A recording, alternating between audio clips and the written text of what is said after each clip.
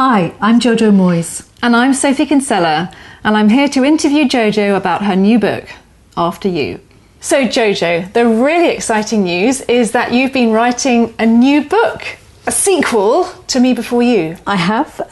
It's called After You, and it picks up the life of Lou after the end of the last book. And I don't want to say too much about what happens because there's quite a big surprise happens about a quarter of the way in. I cannot wait. But let's just say that Lou hasn't entirely lost sight of Will's life. Oh, it sounds so intriguing. And as someone who loved Me Before You, I can't wait to catch up with the whole story, the whole atmosphere of that book. I mean, how did it feel for you diving back in? Well, I've never written a sequel, and I never had the faintest inclination. I've tended to leave my characters, you know, where I've parked them, and I've always worked on the basis that when I've got a couple together, they'd probably mess it up if I went back to them afterwards. Exactly, we don't want to know. Let's just leave them where they were.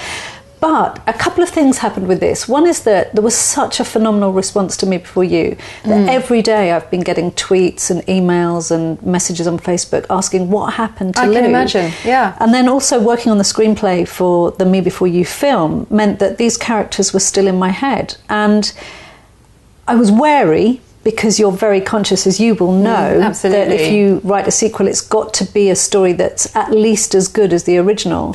But eventually I had one of those epiphanic 5:30 wake up in the middle of the night, kind of sit bolt upright and go, oh, that's what happened to her. That's what happened. And then I had to write it. How wonderful. Has it been quite emotional going back into that story? It's been so much fun. Has mostly, it? Oh, because brilliant. I loved Lou's family. I loved writing them so much. They're so funny. And as somebody who didn't do humour up until that book, the thing that I've loved about writing them is the humour kind of makes itself. I don't know if you find this with certain characters, that they're just naturally funny themselves. They're just waiting to perform. Yes, and exactly. You just have to give them an outlet. Whereas other characters, you write, you know that they couldn't be funny if you sat there for 6 weeks trying to think up a funny line.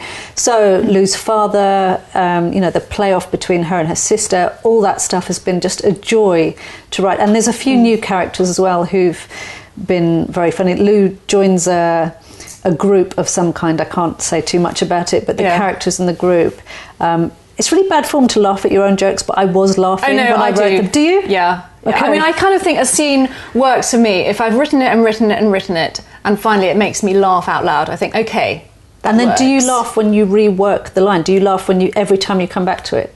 Oh, it depends how funny it is.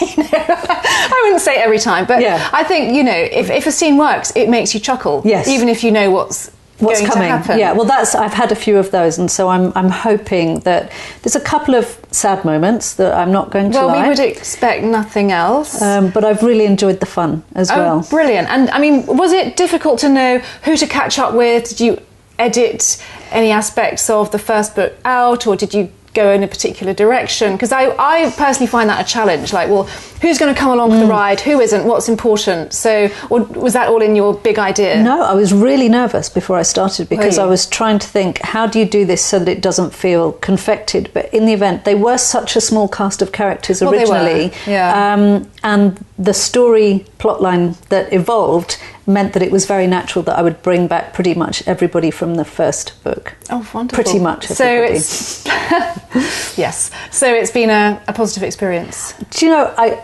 it's been hard because I think the biggest difficulty is the weight of other people's expectations. Yes. Which is, you know, when you're very conscious There's a lot of love out there. There's a lot of love out there, and they're still giving it. So you're very conscious that you owe your characters a huge responsibility to tell the story in a way that people are going to like. And, you know, I'm still prepared for the fact that I don't know if people will like it. It's terribly nerve-wracking. It's more nerve-wracking than if you just write something from scratch. I mean, you must find this because people are invested in the characters. Yeah, and people connect with them, feel they know them, and have an idea of where they might go. Well, this is the thing that does concern me, is everyone is going to have an opinion about what Lou does next. But you know what, they're your characters. It's your world. Exactly. So, well, funny enough, I had a tea with Marion Keyes, who is another master of the sequel. Absolutely. And she's told me to exist in a bubble. She said, you can't think about what other people's expectations are. You cannot write for other people. You're writing your world, and you have to write for your characters, if anybody.